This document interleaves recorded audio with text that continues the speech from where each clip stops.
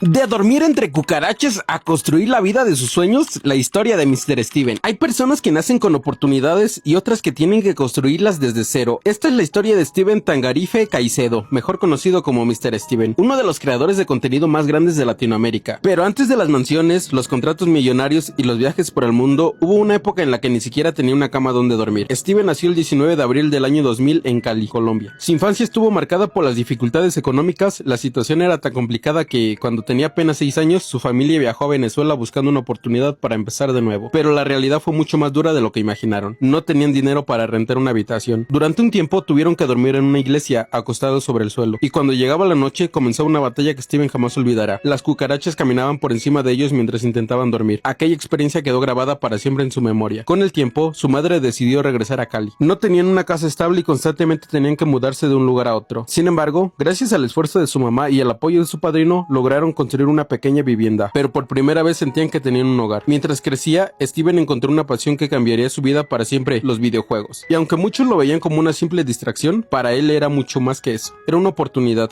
un sueño y una posible salida. Un día comenzó a subir sus partidas a YouTube. Sin saberlo, estaba dando el primer paso hacia la vida que siempre había imaginado. Pero había un problema: en su casa no tenían internet, así que robaba la señal Wi-Fi de los vecinos para poder subir contenido. Y cuando empezó a tomarse YouTube más en serio, se iba a casa de su hermana. Allí grababa videos, hacía directos, editaba, incluso muchas veces comía ahí. Su hermana fue la primera persona que creyó en él, la primera que apoyó su sueño cuando nadie más lo entendía, y años después se convertiría en la contadora encargada de administrar sus empresas y gran parte de su patrimonio. Sin embargo, la adolescencia no fue fácil. La frustración, las carencias y la desesperación lo llevaron a tomar malas decisiones. A los 15 años llegó a robar celulares en su colegio. Hoy habla de ese momento con vergüenza, pero también como una lección de vida, porque entendió que los errores no tenían por qué definir su futuro. Cuando llegó su graduación, la situación económica seguía siendo complicada. Las fotografías costaban 80,000 pesos colombianos y Steven decidió no pedirle ese dinero a su mamá. Sabía que no podía permitírselo. Por eso, hasta el día de hoy, no existen fotografías de su graduación. Pero después ocurrió algo que cambió todo. A los 18 años recibió su primer pago de YouTube, más de 8 millones de pesos colombianos. Para muchos podría parecer poco. Para Steven era una fortuna. Compró una computadora, una cámara, un celular y hasta alcanzó para invitar una salchipapa a su amigo Epidemic. Pero lo más importante fue cuando decidió reinvertir todo, porque estaba convencido de que aquel proyecto se convertiría en algo mucho más grande. Intentó estudiar ingeniería en sistemas, pero apenas duró unos meses. Su mente estaba en otro lugar. Mientras estaba en clases, pensaba en videos, pensaba en ideas, pensaba en cómo crecer. Y cuando sus ingresos comenzaron a superar los 15 millones de pesos, tomó una decisión que cambiaría su destino. Abandonó la universidad para dedicarse por completo a crear contenido. Una apuesta que parecía una locura, pero que terminó convirtiéndose en una de las mejores decisiones de su vida. El 7 de enero del 2018 subió su primer video de Free Fire y desde entonces su crecimiento fue imparable. Pasó de 100,000 seguidores a 1 millón de suscriptores y luego a millones más. Su autenticidad comenzó a llamar la atención de todos. Incluso Garena le ofreció un contrato de $2,000 mensuales, pero Steven lo rechazó. No quería vender su opinión, no quería vender la libertad de decir lo que pensaba, y esa decisión terminó multiplicando su valor. Llegaron contratos más grandes: